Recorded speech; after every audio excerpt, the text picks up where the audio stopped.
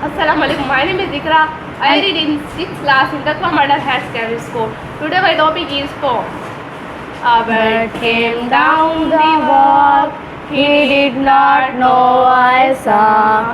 He bit an angel warm in halves and at the fellow rock. And then he drank a dew from a convenient glass. And then moved sidewise to the wall to let a beetle pass.